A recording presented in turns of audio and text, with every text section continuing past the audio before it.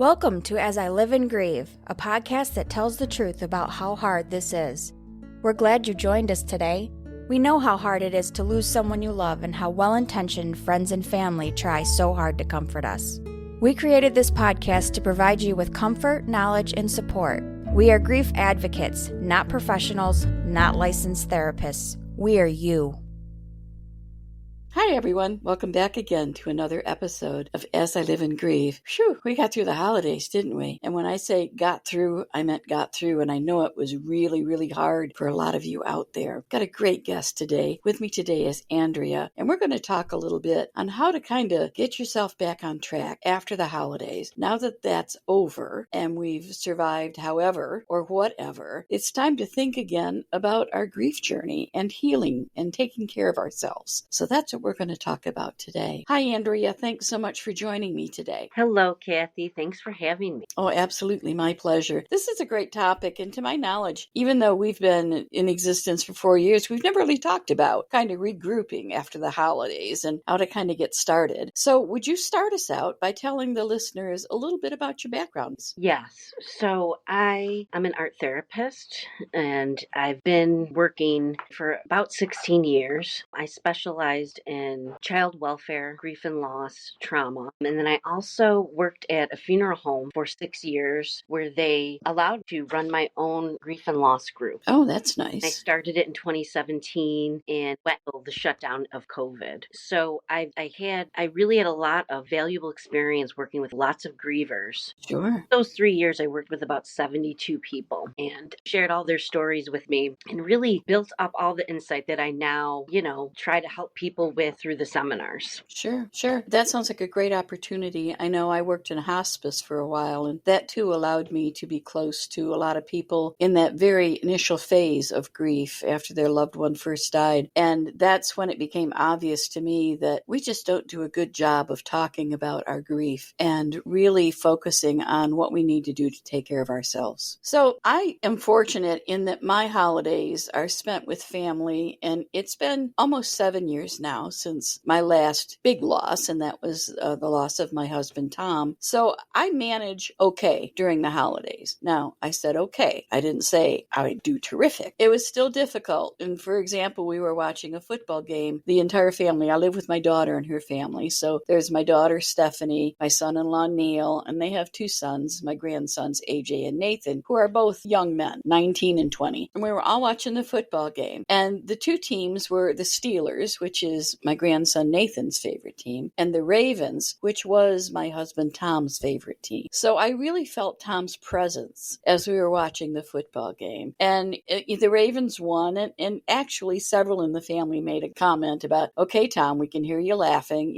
stop laughing. And that, although it was difficult, it was one of those, what do they call them, glimmers or something, that I felt warmed by the memory, yet at the same time, I felt, again, kind of sad by the loss. So I had my own moments during the holidays. And I know for some people, maybe that spent the holiday by themselves, it was entirely difficult. So can you kind of help us with some ideas, some tips on what we can kind of do to get ourselves back on track and put those holidays behind us? I think one way is to focus on the new year, because there's the new year, particularly Christmas, maybe not, the other holidays. But the new year, I think, gives us a chance to reflect. Reflect on the whole year that we had before us. And I like to there's an activity I used to do where I would actually list, all the good things that happened, or the things that made me feel good, and all were a little bit rough or unexpected things that can't plan for, the triggers that go on in the holiday. And when you write things down, it gets out of your head and it sorts out everything. It's very true. Because we have so much going on the constant. So it really helps just kind of to break it all down and look and say, hey,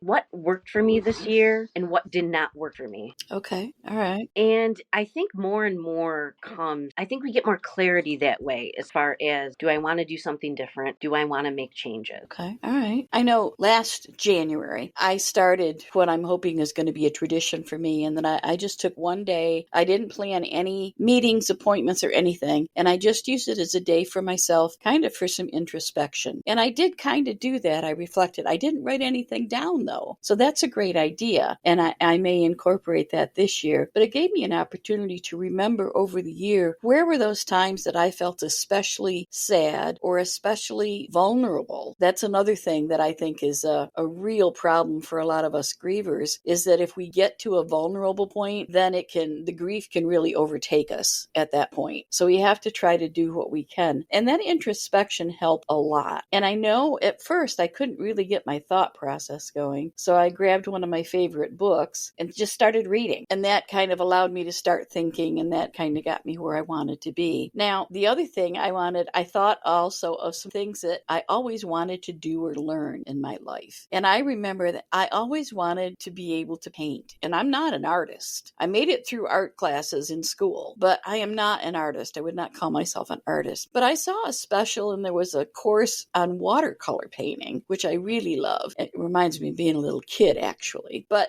the class, it was 4-hour-long sessions, and it was on sale for like $29, and I signed up for it. And I actually wound up doing 2 paintings that I was pretty proud of in those watercolors, and I felt so accomplished. So in the month of January, that really lifted my spirits. And now I find that every time I really want some time to myself is I'd really like to paint again. So I want to try and find maybe another class to get me back into that. For the first time in my life, I felt like I was an artist, although I'm really not. That might be, for some people, something else to do. Have you always wanted to learn to line dance, for example? Get yourself out there and learn. Or pickleball, something like that. Think of something you've always wanted to do. And I know for me, my husband and I used to go square dancing. I'd love to go square dancing again. I'm not physically able to anymore. I can't manage that insane level of activity. But square dancing is something that, first of all, they welcome singles. There's usually a local square dance club. They usually start out with lessons. They welcome singles, and you can very quickly find yourself in a very social group of people having the time of your life, and great cardio exercise as well. Okay, so that's one thing, is reflect on the year. How about these New Year's resolutions? Are they any good? Do they work? So I gotta admit, I stopped doing New Year's resolutions years ago. And I think there's a psychological reason, for me at least. I think it sets us up for a high expectation. Yeah. And let's face it, we don't know what's coming that year. And it's not that we can't reach it or anything like that. But if we set ourselves up to a standard and for whatever reason, we can't reach it, we, what I call, end up feeling a false sense of failure. Oh, okay. That term a lot, because we do things in life that, if we did it differently to begin with, it may have had a different outcome. Sure. But it's like, if I say I'm going to start running, I am not a runner. Okay. Mm-hmm. Yeah. Well, I'm going to start running and I'm going to do it. And then I don't do it. And then I may say, wow, I failed myself. But the truth of the matter is, I really didn't fail myself. I may have set up a standard for myself that either A, is not suited for who I am. I'm not simply ready. But I pushed ourselves into a state of readiness when we're just really not there right now. Or it's not the time in life. Something's happening in our life. So people get the false sense of failure if they don't, achieve their New Year's goal. It hits self-esteem. Sure it does. And then it says, hey, can I do anything well? And it just doesn't help us get back on top, Right. Okay, and bring ourselves back up to a state of confidence. And I think a lot of people have done that. They just don't, make the New Year's resolutions because of that. Yeah. Do you think maybe it's a good intention, but what if they focused on a much smaller target? Like, instead of saying, I'm going to run a mile every day, or I'm going to lose 50 pounds, to just set a smaller goal. Like, I'm going to start a walking program. I'm going to try to walk 15 minutes a day, 2 or 3 times a week. Just set something that's small, that is attainable, so that you can achieve it. And then when you do, you start to build that self-confidence. You may be on mute because I can't hear you anymore. I'm sorry. That's okay. So I think we have to really focus on smaller stuff, or, what is more reasonable, what is more practical. And I think spending the time of going back to the writing down. Yeah. And really kind of question the point of the goal. Like, some of us say, I want to lose weight. Well, why? You know what I mean? Right. Or right. I want to be able to run a marathon. And let's kind of, peel back where the goal started, why the goal is there. Still got to check, are we making sure, are we setting goals for ourselves? Are we doing it for other people? That reality around that, where, sure, my significant other thinks I should ABC, see really in our heart, or is it other people's ideas as well? So picking apart the goal of and what will come out of it. Well, let's declare it a resolution-free 2025. Yeah. Don't set any New Year's resolutions in 2025. Instead, just maybe find one thing that you can either do to help yourself, heal yourself, or have fun for yourself. Right. Something like that. Like open. Just, yeah. We say open-ended questions, like open-ended, more general. Like this, right. I want to explore what will make me happy. Sure. So it's pretty vast and big, right? But it leaves us room. It's not pointed and specified. I think it's good to or say, I want to explore my spirituality or my faith. That can go directions. That could be and it leaves you open to what can, and it's not, well, I have to achieve 15 steps to do A, B, C, D. Right.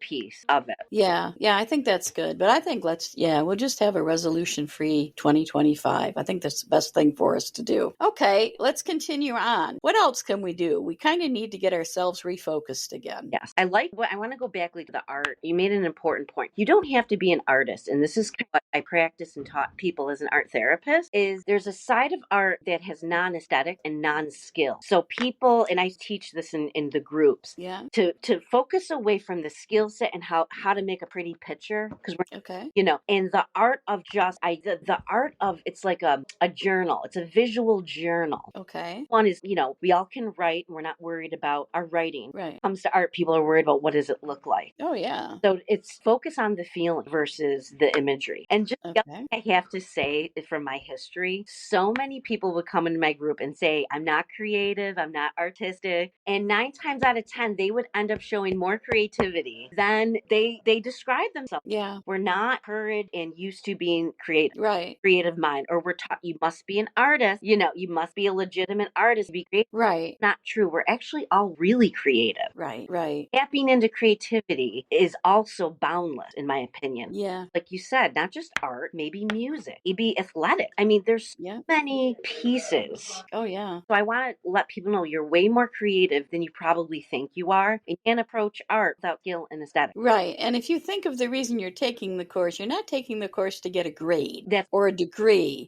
You're taking the course for yourself, to get some satisfaction or to get some comfort or something like that. So think of the reason that the course would benefit you, and don't worry about putting that pressure on yourself. Don't set your benchmark high. Exactly. Just do it to explore. Yes. And that's all, just to explore. Not given as that exploratory feeling, especially when older, right? We encourage children to explore because find who they are. Sure. Get in this myth when we're older that, well, I don't have to discover anything, or there's no need to explore. And it's like, no, that's a myth. Keep exploring. There's so much more we can open ourselves up to in life, regardless of our age and how much through. I know some people, I've lived through everything, right? Yeah.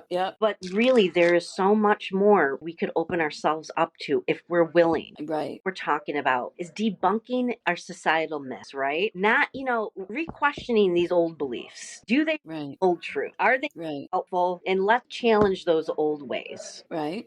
So, okay. Right. Resolution free 2025. Maybe find something to do that is new for you. All right. We're getting a pattern here. I want to point out too, I'm more of a writer than I am artist or a musician, although I took piano for like 12 years of my life as a child. But I remember in writing, I was taking a writing workshop somewhere, and we got to the point where we had to write like a chapter of a book or something. We had to write a short story, and then we had to make enough copies for everybody in the class, and everybody would read it and make comments and notes on it. And I remember when I got those copies back, I was so defeated. So many comments. Well, maybe if you had done this, you should do this, or lines scratched out and new words written and everything. And then finally I sat down and I thought, I'm not writing for them. I'm writing for readers. I'm writing for the people that might read this, not the people that might write this. So I took my manuscript when I finished it, and I made 7 copies, and I gave it to a local book group who had agreed to read it. This was novel-length manuscript, and they read it, and then they had one get-together where they talked about it among themselves. And then they invited me in for like a 30-minute sit-down, and they told me all the things that they loved about it. And I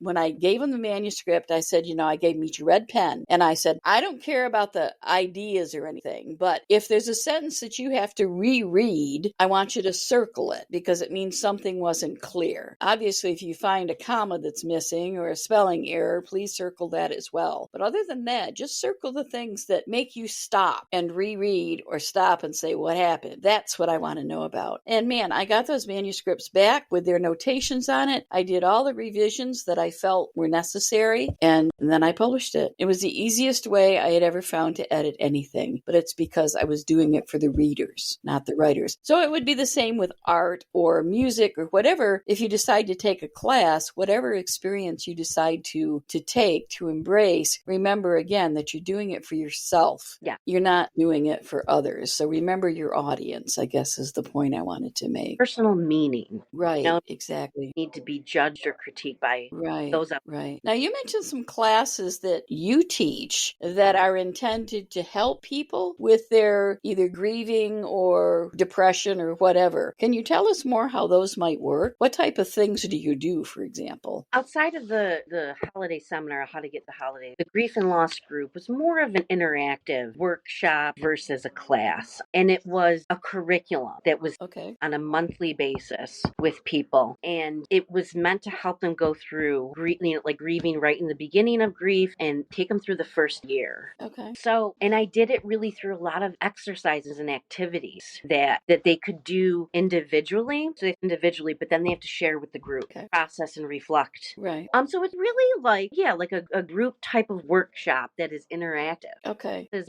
a class where you're listening. And I think it gets people really their hands into it. Okay. All right. Is it all drawing? No. No. It is a little bit of everything. Okay. A lot of, it's maybe some drawing, also a lot of writing. Okay. Writing is very powerful.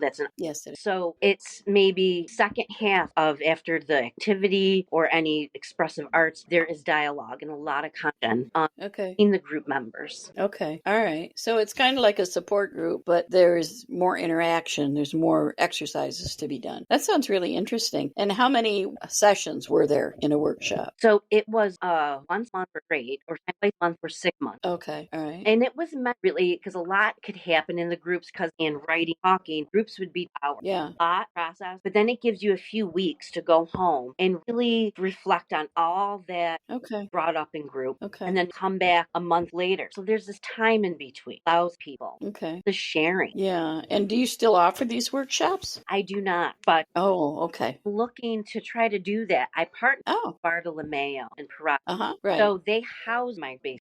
So now it has been really till the last 2 years with the pandemic and even start thinking about that because it does require people being in person, sharing art supplies. Right. Okay. Those pieces. Okay. So that's more a local workshop then. Yeah. It's not in a virtual setting at all.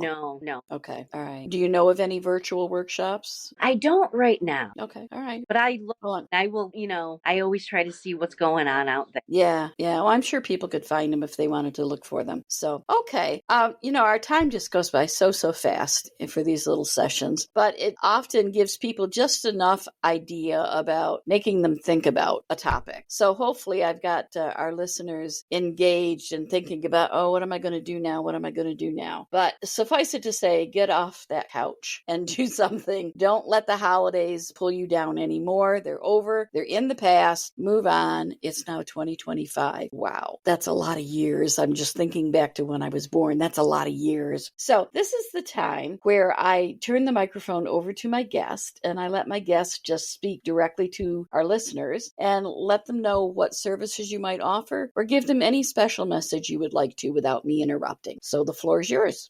I just want people, I guess, to know that the biggest thing to remember is that you're really not alone. And that's pressing feeling after you lose someone that you love is all the ups and downs and the experiences that you feel make you feel alone and make you feel like no one else is feeling this way. And it's also exhausting and it takes you to go looking for other grievers and other support people in our life. But it is really worth it. You're going to put a lot of time and thought and energy into your grief anyways. putting the time to find people that really respect your process is going to be worth it, because they're going to support you through the times that you're just not strong enough. Sometimes a buddy that says, hey, tomorrow is another day. It's okay you're having a horrible day.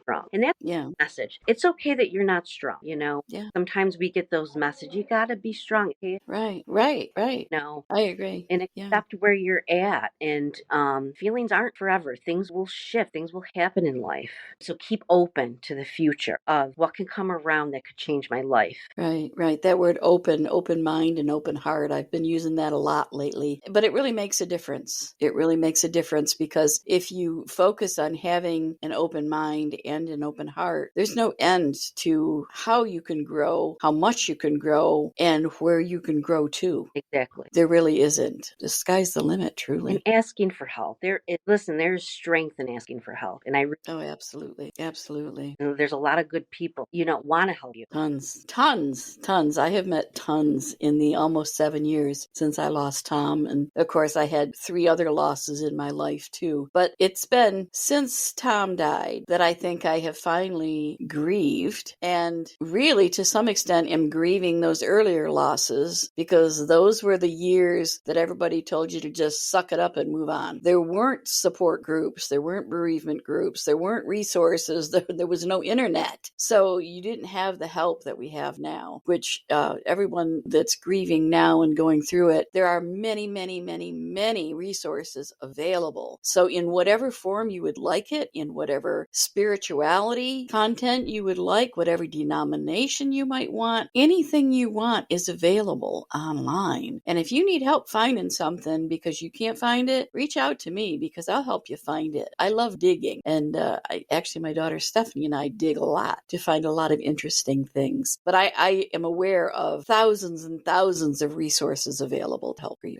So Andrea, thanks so much for taking a little chunk out of your day today and chatting with us and helping us. We're going to do a holiday reboot for 2025. And the first tip is no resolutions. We don't need them. We're not going to try to work for them. So just don't even bother. Save your breath. Find something that might interest you and do it. Something different, or something maybe you've dabbled in before, but you want to explore a little more deeply. And other than that, stay well, take care of yourselves. I want to read you a really quick quote that I saw on social media. There will be a lot of posts soon from people sharing how much they achieved in 2024. But in case someone needs to hear this, it's okay if the only thing you did this year was to just get through it. Get through it, we did. Let's move on. Catch us next week as we all continue to live and grieve. Thank you so much for listening with us today. Do you have a topic that you'd like us to cover, or do you have a question from one of our episodes? Please email us at info@asiliveandgrieve.com and let us know. We hope you will find a moment to leave a review, send an email, and share with others. Join us next time as we continue to live and grieve together.